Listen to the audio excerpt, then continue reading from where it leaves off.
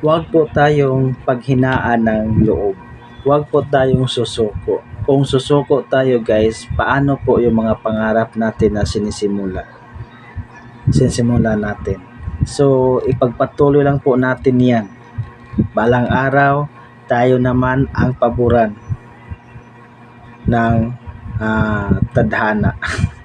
No? So, wag po tayong susuko guys, wag po tayong aatras. Ipagpatuloy po natin. Ganon talaga ang magbablog guys. Wag mong i-mindset mo guys na nag-vlog ka para makapira ka, para maghakot ka ng mga followers, viewers, kahit ano-ano dyan. So, sa ngayon, wala ka munang viewers, wala ka munang followers, supporters, baka balang araw tayo din ang maraming supporters, maraming followers, viewers, no? So, araw-araw po tayo mag-post ng mga long form videos, live, and etc. Huwag po tayong susuko. Huwag po natin ilagay yung sa utak natin na puro lang pira ang nasa isip natin. Alam ko, doon tayo pupunta.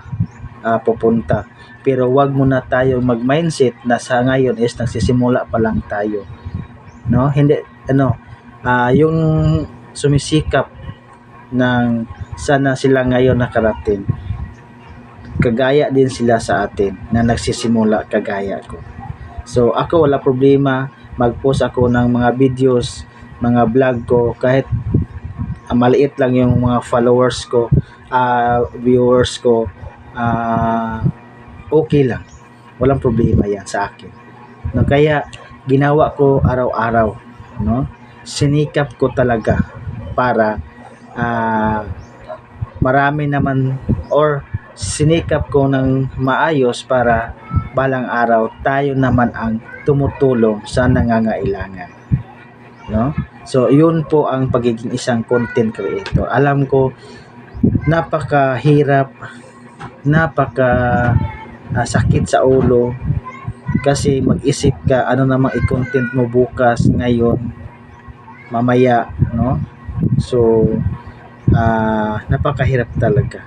So pagpatuloy po natin 'yan araw-araw, no? So hindi po ito contest. Hindi po ito labanan na para umangat tayo. Dandahan lang po tayo para maganda yung resulta.